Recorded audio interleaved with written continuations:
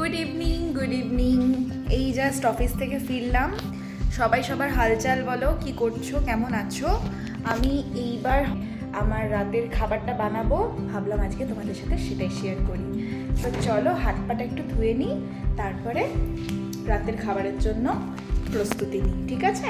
চলো দেখতে থাকো। দেখো রান্না করবো বলে বেঁধে নিয়েছি চুল, কারণ চুল মুখে করলে একদম কাজ করা যায় না, তাই একদম উঁচু করে একটা হস্টেল করে চলে এসেছি রান্না করতে। তাহলে দেখে নিই আজকে কী রান্না করছি।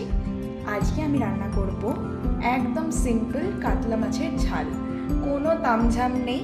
আমার মায়ের একটা খুব সুন্দর রেসিপি, কারণ আমার মা তো যা রান্না করে তাই অমৃতর মতন লাগে, তো মায়ের থেকে একটু কপি পেস্ট করার চেষ্টা করি। এই আর কি, কতটা হয় জানি না, কপি তো করি, পেস্ট কতটা হয় জানি না, তাই চেষ্টা করছি, একটু দেখতে থাকো।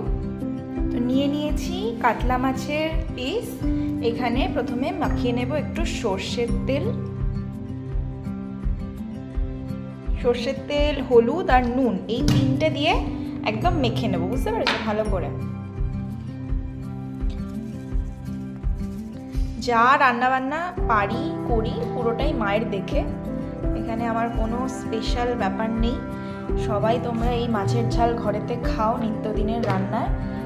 আর আমার না সবসময় কি বলো তো, অনেক রকমের স্পেশালভাবে আইটেম ভালোও লাগে না, একটু ভাতের সাথে নর্মাল মাছের ঝাল ভালো লাগে। তো একটু নুন, তেল আর হলুদ দিয়ে এবার মাছটাকে মেখে নেব, তারপরে মাছটাকে ভাজবো। এখানে দেখতে পাচ্ছ মাছটাকে তেল, হলুদ আর নুন দিয়ে মাখিয়ে নিয়েছি। আর এখানে কেটে নিয়েছি দুটো মিডিয়াম সাইজের পেঁয়াজ, আর নিয়ে নিয়েছি মোটামুটি 7-8টা মতন লঙ্কা, এগুলো পেস্ট করে নেব। আর খুবই সিম্পল ওয়েতে মাছের ঝালটা হবে, কোনো স্পেশাল কোনো আইটেম নয়। এধারে বসিয়ে নিয়েছি ভাত, আর এই যে দিকটা ফাঁকা আছে সেইখানটাতে বসিয়ে নিচ্ছি ফ্রাইং প্যানটা। এখানে মাছটা ভাজবো, আর এই ফ্রাইং প্যানেতেই মাছটা রান্না করবো।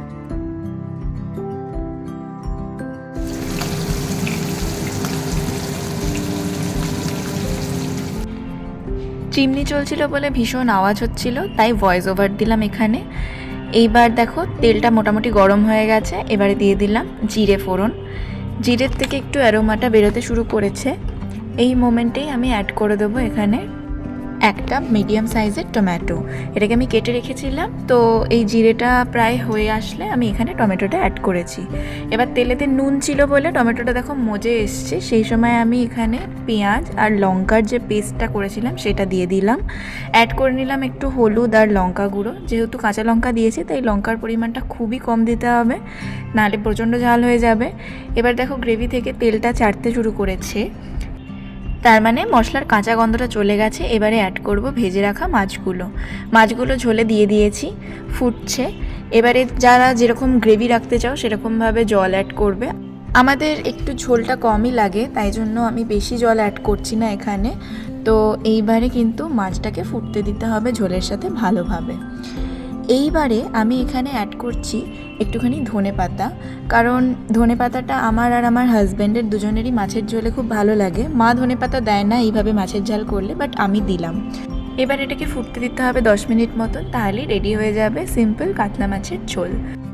এই দেখো আমার এখানে রান্নাবান্না কমপ্লিট, এবার খাবো, তবে তার আগে ফ্রেশ হয়ে নিতে হবে, একদম এক্সস্টেড লাগছে।